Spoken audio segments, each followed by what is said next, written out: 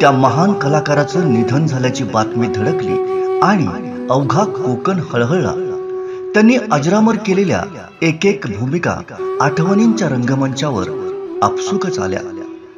काळजाला हात घालणाऱ्या त्यांच्या एक एक शब्दांना अश्रूंचा अभिषेक सुरू होता। असा महान कलाकार विधात्यानं आमच्यातून का नेला असा प्रश्न सर्वांनाच पडला। पण कदाचित त्यांच्या जिवंत अभिनयाची भुरळ साक्षात विधात्यालाही पडली असावी। होय, तोच तो कलाकार, कोकणचा बालगंधर्व प्रशांत मेस्त्री। लहान वयातच त्यांच्या अभिनयाचा अंकुर फुलला।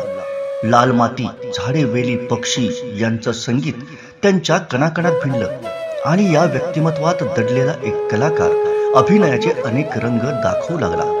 शाळेत सरस्वती पूजनाला साडी नेसून सादर केलेलं गीत अनेकांच्या काळजाचा ठाव घेऊन गेलं। त्यानंतर सुरू झालेला कलेचा हा प्रवास अथकपणे सुरूच होता। रसिक प्रेक्षकांना आपल्या जिवंत अभिनयानं तृप्त करतच होता। पार्वती, द्रौपदी अशा मोठ्या पात्रांना अजरामर करत होता। द्रौपदी वस्त्रहरणाचा प्रसंग तब्बल 35 साड्या नेसून सादर करणारा हा जगातला एकमेव बालगंधर्व।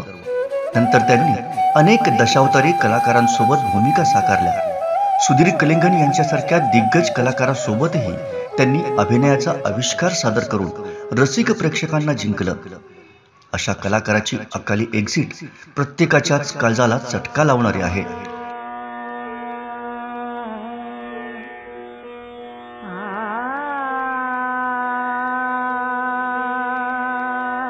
प्रशांत मेस्त्री आज आपल्यातून निघून गेले तरी त्यांनी अजरामर केलेल्या भूमिका, त्यांचे सुमधुर आवाजातले काळजाचा ठाव घेणारे शब्द आणि सूर कोकणच्या कानाकोपऱ्यात त्यांना अजरामर करत राहतील।